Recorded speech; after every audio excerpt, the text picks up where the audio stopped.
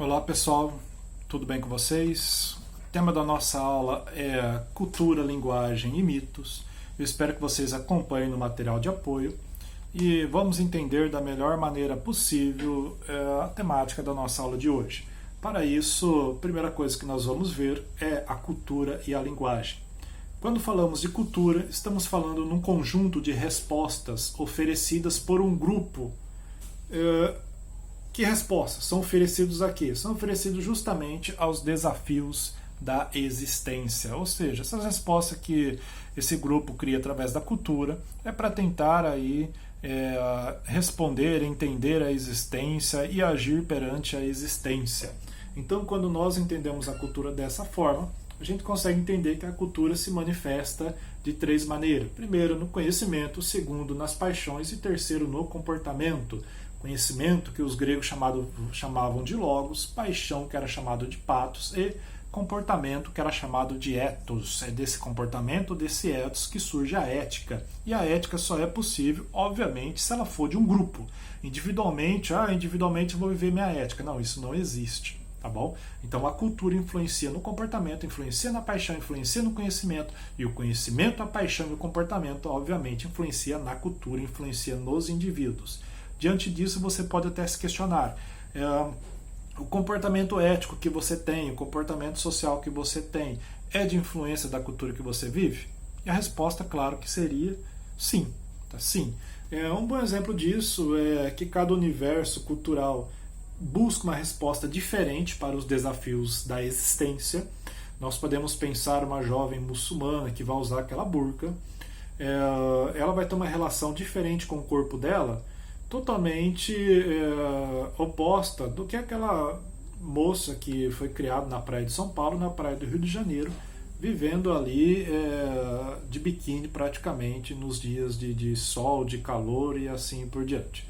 Tá? Ou seja, dessa forma, a relação que cada uma vai ter com o próprio corpo é influenciado pela cultura que elas vivem. Mais uma pergunta que nós podemos fazer, eu acho que vocês entenderam aí o que é cultura, espero que não se esqueçam, tá, que a cultura se manifesta aí no conhecimento, na paixão e também no comportamento. Eu quero que vocês tentem responder e refletir onde no ser humano começa a natureza onde no ser humano acaba a natureza e começa a cultura. Olha a pergunta, onde no ser humano acaba a natureza e começa a cultura? Então, os animais são seres que vão agir por natureza, por instinto. O ser humano também age por instinto, mas o ser humano tem algo além, que é o quê? Que é a cultura.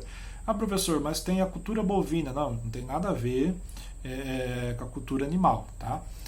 De acordo com alguns estudiosos, e nós vamos pegar um cara em especial, antropólogo, sociólogo, chamado Lévi-Strauss, ele vai dizer assim, que a natureza no ser humano vai terminar e a cultura vai começar justamente na linguagem. Quando o ser humano desenvolve a linguagem, é onde o ser humano cria a cultura, é onde a cultura surge. É a partir daqui que o ser humano vai se diferenciar como animal racional perante a natureza. Até Lévi-Strauss dá um exemplo de que se a gente encontrasse um outro planeta com vida inteligente e essa vida, esses extraterrestres, tivesse uma forma de comunicar, e essa forma de comunicar que eles tivessem fosse traduzida para a nossa língua, a maneira ali da gente entender, de traduzir, automaticamente esses animais, esses seres, também estariam dentro de um processo de cultura, não apenas de natureza. Ah, professor, os animais têm um tipo de comunicação? Tem, mas os animais não possuem linguagem simbólica. Beleza? Entendam isso. Assim, Lévi-Strauss então vai dizer que o universo da cultura ela vai se desenvolver justamente quando surge a linguagem.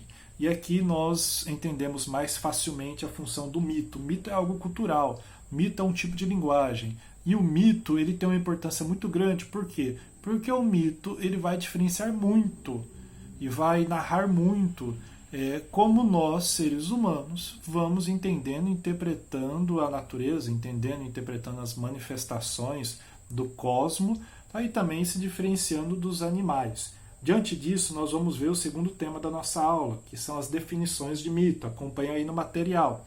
Tá? Para os gregos, o que são os mitos? Os mitos são narrativas. Os mitos são os contos. Pedagogicamente, nós falamos que para os gregos, os mitos são histórias contadas, narradas aí para explicar a realidade, um fenômeno, um acontecimento. Ou seja, os mitos tinham uma função de grande importância, tanto que essa época era chamada de cosmogônico na história. Nós temos o período cosmogônico, o período cosmológico, o período antropológico, lá na filosofia antiga, na história antiga. O cosmogônico era a explicação através dos mitos. O cosmológico é onde começa a razão, surge a filosofia. Daí o antropológico, o homem é o centro ali das explicações. O cosmogônico, que é o período cosmológico, o cosmogônico, que é o período mitológico, tem uma importância muito grande para nós. Por quê? Porque nós entendendo como os gregos explicavam a realidade, nós conseguimos entender também como os gregos manifestavam a religião. Beleza? E eu espero que vocês entendam, então, que o conjunto de narrativas nas tradições culturais antigas é chamado de mitologia. E nós temos a mitologia grega, a mitologia romana, a mitologia nórdica e assim por diante. Tá? Então, pessoal, esse aspecto do mito e religião, vocês têm aí no material. Obviamente, a definição de mito vai muito mais além do que os gregos chamavam de contos. Por quê? Porque os mitos também são narrativas que vai retornar a um tempo primordial e vai narrar façanhas de cunho sagrado. E essas narrativas que vai narrar façanhas aí de cunho sagrado é o que nós chamamos de manifestação religiosa. Na interpretação de muitos pensadores, todas as religiões trabalham com mitos. Tem até alguns mais ousados que vão dizer que todas as religiões são mitológicas. Quando eu falo assim, a nossa Bíblia é um livro de mito, não sei a Bíblia que você segue, mas estou generalizando. A nossa Bíblia é um livro de mito, porque tem história, por exemplo, de Adão e Eva que vai explicar a criação do mundo. Beleza, legal, eu posso falar isso. Eu estou dizendo que a história de Adão e Eva é mentira? Não. Eu estou dizendo também que é verdade? Também não. Eu só estou falando que a história de Adão e Eva é uma forma mitológica de explicar para os cristãos como surgiu o mundo, como Deus criou o homem e a mulher, criou o nosso planeta e assim por diante. Tá? O importante do mito perante a religião geralmente são as mensagens. Tá? São as mensagens. Beleza? Entender isso daí? Não confundam, hein? E aí eu quero que vocês entendam também o mito enquanto aí uma relação com a filosofia. Está aí no material de vocês. Mitos como explicação do inexplicável. Como assim? O mito, ele vai, de certa forma, analisando a história do passado, explicar o inexplicável quando vai dizer aí sobre a origem do universo, a origem dos seres humanos, a origem do saber, a origem do pecado, a origem do medo, a origem da soberba e assim por diante. Então, o mito tem essa função filosófica de fazer a pergunta inicial. Como surgiu o universo, por exemplo. Só que, diferentemente da filosofia, o mito vai dar uma resposta narrada, um conto fantasioso. Já a filosofia vai trazer algo mais racional, mais preciso, tentando analisar ali a realidade através da observação. Beleza? Entender as diferenças? Então eu acho que fica claro nesse sentido que o mito, enquanto explicação do inexplicável, também tem a ânsia de fazer pergunta, de questionar. Então, olha a importância que os mitos têm. Até um filósofo chamado Nietzsche vai retornar aos mitos antigos e tentar entender aí o que eles compreendiam pela realidade humana. Tá? E o mito vai ser uma lição muito grande para a nossa humanidade, de acordo com Nietzsche. Tá? Mitos e símbolos. Para os fundadores da psicologia, mais exclusivamente Jung, acho que vocês já escutaram falar desse cara, o mito é uma narrativa tradicional. que vai explicar algo por meio do quê? Por meio dos símbolos. E esse símbolo sempre vai estar associado a uma cultura ou a uma religião. Olha bem, novamente, um mito associado a uma religião ou a uma cultura. Então, para ele, para Jung, os mitos são formas de expressão dos arquétipos. E o que são esses arquétipos? Arquétipos é como se fossem modelos, impressões que nosso inconsciente tem a respeito de algo, de alguém ou da realidade. E esses arquétipos acabam influenciando aí nossos sonhos, nossos desejos, nossas fantasias, nossos comportamentos. Por exemplo, a impressão que nós temos da figura do herói é um arquétipo. E esse arquétipo também vai influenciando o nosso sonho. De repente, um jovem adolescente vai dormir querendo ser o Homem de Ferro, querendo ser o Hulk, querendo ser o Superman e assim por diante. É um tipo de arquétipo, Ou o arquétipo do cara que quer ser o fora da lei, mal-humorado, pô, eu sou o cara aí descolado, que não sei o quê. Esse arquétipo também existe no nosso imaginário. Tá? Basta você dar uma volta na rua, você vai ver tanta gente aí que quer mostrar que é o malandrão. Por quê? Porque no imaginário dele, isso daí tem sentido. Ele não percebe que isso é fruto do inconsciente dele. E nós temos também o cara que é a pessoa que tem o arquétipo do sábio, o arquétipo do governante. Nós temos o arquétipo na nossa sociedade do criador, tá? do explorador. Nós temos vários arquétipos que vai modelando aí o nosso inconsciente e que nós acabamos aí sendo conduzido por esses arquétipos sem perceber. Por isso que é inconsciente. Nos filmes mesmo, de repente você olha uma narrativa, são os mesmos arquétipos que você encontra em vários outros filmes. E a gente até se decepciona quando num filme aquela pessoa que a gente espera que vai vencer não consegue vencer. Tá? Continuando então, para finalizar essas definições de mitos, eu quero que vocês entendam que o mito vai auxiliar no entendimento da sociedade nossa. Por quê? Porque se a gente utiliza daquilo que nós chamamos de filosofia de hemenêutica, o que é hemenêutica? Hemenêutica é a teoria da interpretação. Hemenêutica é uma forma de interpretar a realidade, interpretar um texto para conseguir tirar significado daquilo. Hermenêutica é uma ação muito simples. Quem estudou direito vai saber muito bem que geralmente o jurista vai estudar um texto de forma hermenêutica, tentando interpretar o que está escrito ali da melhor forma possível. Assim também funciona nos textos mitológicos. Por quê? Porque se a gente estudar um texto de uma mitologia grega, por exemplo, nós vamos tentar aproveitar o melhor que podemos aproveitar daquela mensagem e se aproximar o mais possível do que o cara que escreveu aquele mito queria dizer com aquilo. Isso daí nós podemos tirar um significado enorme para o nosso mundo atual.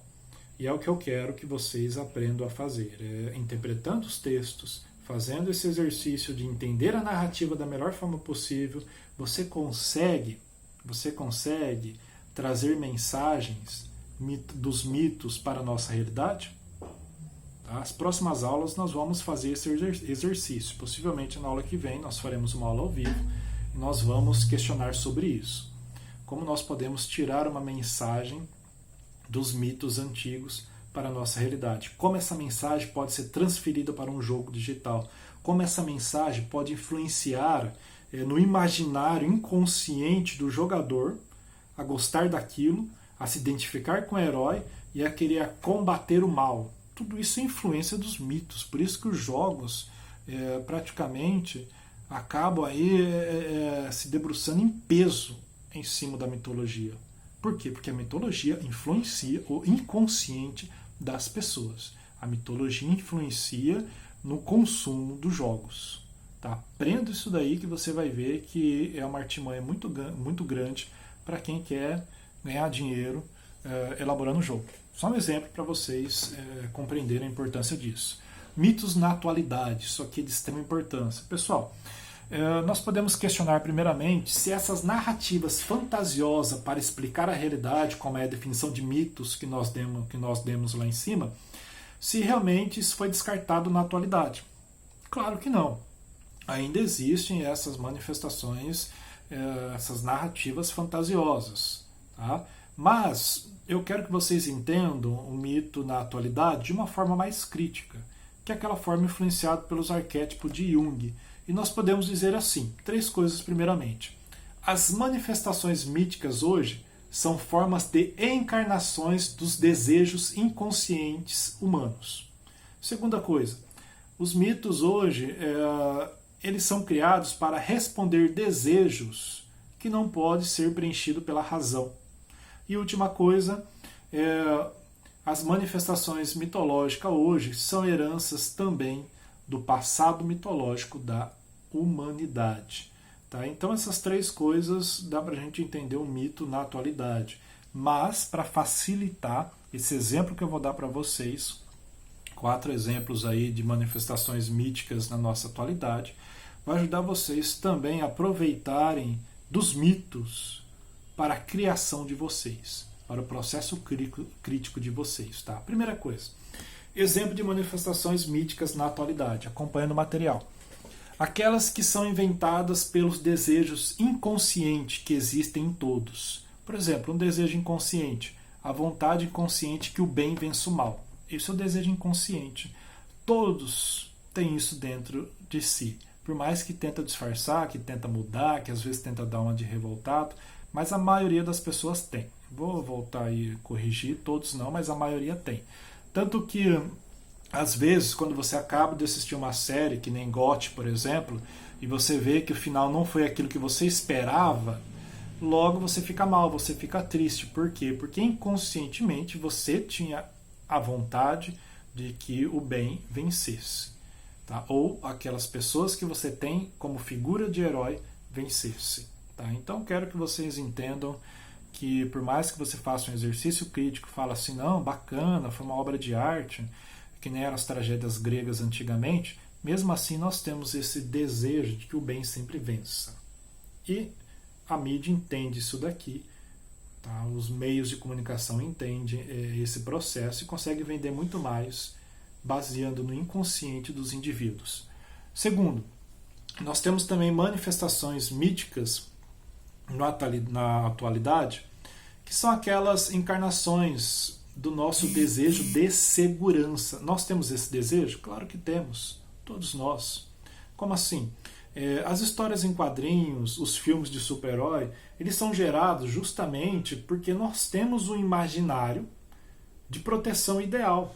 Nós queremos ser o herói, ou nós queremos a figura de um herói que venha salvar a todos. Olha como funciona na atualidade nós. Nós colocamos muitas vezes os políticos como herói, como alguém que vai salvar. Por quê? Porque nós desejamos segurança. Na nossa atualidade, nós somos como se fosse a geração de más insegurança. Por isso que somos uma geração de ansiosos. Não sei se vocês já observaram isso. Por quê? Porque nós estamos inseguros. É porque nós não temos segurança? Não. Na verdade, nós desejamos inconscientemente mais segurança do que precisamos. E aí, às vezes a pessoa não quer dar passo no relacionamento porque fica com medo da pessoa largar, do outro não querer mais. Às vezes a pessoa não dá passo de morar sozinha porque fica com medo de passar fome. Às vezes a pessoa não dá passo de ter uma vida mais livre porque acha que é mais cômodo ter alguém ali guiando a própria vida. Então é aquilo que nós já falamos. Às vezes fazer escolha é difícil. Por quê? Porque no nosso inconsciente nós já temos aí o mito de desejar uma segurança exagerada. Beleza? Terceiro, nós temos aquelas manifestações míticas na atualidade dos personagens, que são encarnações de tudo aquilo que gostaríamos de ser. O meio de comunicação consegue mexer claramente com isso. Tá? Por quê? Porque quando você vai assistir um filme, ou uma novela, ou assistir um futebol, de repente, quando a gente está distraído, quando a gente não consegue perceber de uma forma mais crítica, a gente acaba desejando ser uma pessoa que é mais forte, mais bem-sucedido, que tem mais habilidade. Nós desejamos ser tal pessoa rica, nós desejamos ser tal pessoa que é entrosada, que é famosa e assim por diante. As pessoas desejam isso? Claro que sim, claro que sim. Tá? Num jogo digital, tem muitas pessoas que desejam ser aqueles jogadores na vida real? Claro que sim, claro que sim. Num filme, tem muitas pessoas que desejam ser aquele cara do filme? Claro que sim. Tá? E para encerrar, nós temos também aquelas manifestações míticas na nossa atualidade, que são aquelas herdadas por nós pelos primitivos, como é o caso aí dos rituais de passagem. Tá? Isso aqui é muito claro para nós. Por quê? Porque de repente quando tem uma festa de 15 anos, quando tem o ritual do velório, quando tem o ano novo ou uma formatura, tudo isso são formas mitológicas que foram herdadas dos passados e que até hoje nós seguimos.